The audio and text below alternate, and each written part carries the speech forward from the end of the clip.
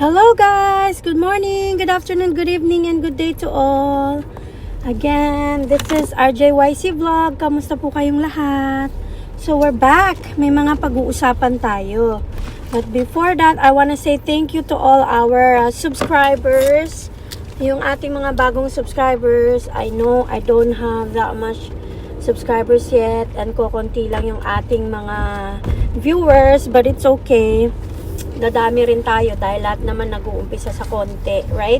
So, ito may didiscuss tayo. Mabilisan lang to. I'm on my way to work right now. So, i-discuss natin itong kaartihan at may umiiyak na naman sa Kongreso at walang iba kundi dandararan si Iyaking Barbers. Ang ating friendship na si Iyaking Barbers. At ngayon, meron na naman siyang nalalaman na ipapa-Senate hearing na naman daw nila. And guess what? Sino ang bida? Ang mga political vloggers. Grabe ha. Napaka-importante ng i-hearing nila ha. Sobrang malaking bagay to na makakapagpabago sa buhay ng mga tao. Sa sobrang laki na makakatulong sa buhay ng mga tao, lahat ng tao gusto kang murahin. Barbers Iyakin. Alam mo ba? Gusto kitang murahin ngayon at sasabihin kong putang inumin mo. Wag kape. So yeah, yun. Anyways, barbers. Ipatawag mo man yung mga vloggers, wala ka naman magagawa. Dahil sabi mo, siniraan ka ng ang kredibilidad mo. FYI, ipapaalala ko na naman sa'yo. Dati na kayong walang kredibilidad sa Kongreso, sa House of Representatives. Dati na kayong walang credibility. So, anong ine-expect mong credibility na sinira? Paano mo sisirain ang isang bagay na sira na? Sige nga. Ano, sisirain? Double dead? Ganon? Diba? Ang tanga-tanga mukha mo, barbers. FYI. To be honest, I thought you have a little bit of smartness in your brain cells.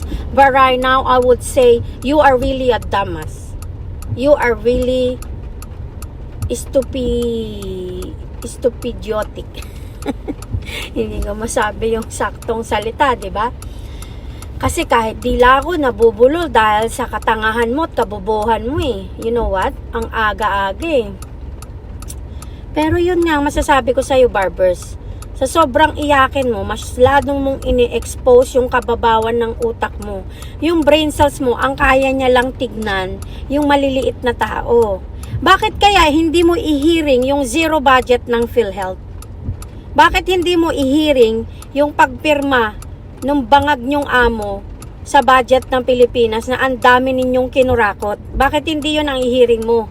Para maging kapakipakinabang ka naman sa mundo.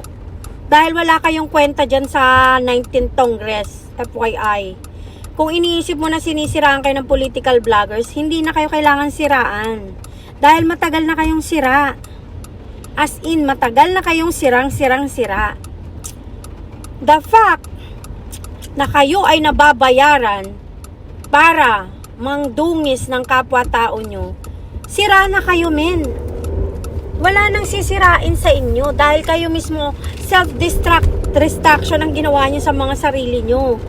So, hindi na kailangang sirain pa kayo, FYI, para lang sa kaalaman mo. Iyaking barbers. Iyak ka na lang ng iyak. Hindi ka ba pinapansin sa bahay nyo? Para sa mga political vloggers ka naman magpapapansin ngayon?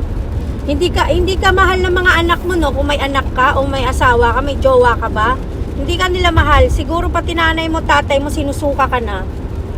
Dahil walang pumapansin sa'yo sa bahay nyo, nagpapapansin ka ngayon sa taong bayan about naman sa political vloggers. Diba? Pero alam mo, you're so funny. Like, superly hilarious. Sa totoo lang. Dahil wala na kayong magawang maiba to ngayon kay BP Sara at kay PRRD. So, yung mga political vloggers naman. Umpisahan mo kaya i-hearing yung mga trolls na nababayaran. Ha? Dahil FYI, hindi nababayaran ang mga political vloggers na sumusuporta sa tama, na sumusuporta kay PRRD at kay BP Sara dahil sila yung nasa tama. So, ang mga political vloggers ng DDS, FYI, ay mga original yan, mga Authentic yan. Hindi yan nababayaran kahit 5 tuling. Hindi kagaya nyo dyan. Mga bayaran ng mga kaluluwa nyo. Kaya kayo ang nakakahiya. Okay? Kaya huwag kang magsasabi dyan na sira yung credibility mo. Dahil wala kayong credibility, FYI. You don't have that good credibility at all. Like zero. Negative pa nga eh. You know what I mean? Kaya huwag kang arte-arte dyan, Barbers, ha? Nangigigil ang taong bayan sa'yo. Pero dahil I have to go to work, babalikan kita mamaya. Boboljakin kita ng bonggang-bongga. Yun lang masasabi ko sa'yo, Barbers. Sa sobrang iyakin mo, naluto yung utak mo. At naluto na nga, gagamunggo na nga lang yung brain cells mo. Naluto pa. Pero mamaya babalikan kita. Okay? Marami akong sasabihin sa katangahan mo. Yes, you are tanga. You are bobo too. Yes, that's true. Just accept the facts. You are bobong tanga. Kaya wala kang pakinabang dyan sa Kongreso. Okay? Lumayas ka na dyan. Pero mamaya babalikan kita. Okay? Nako, babay muna mga friendship. Thank you. Bye.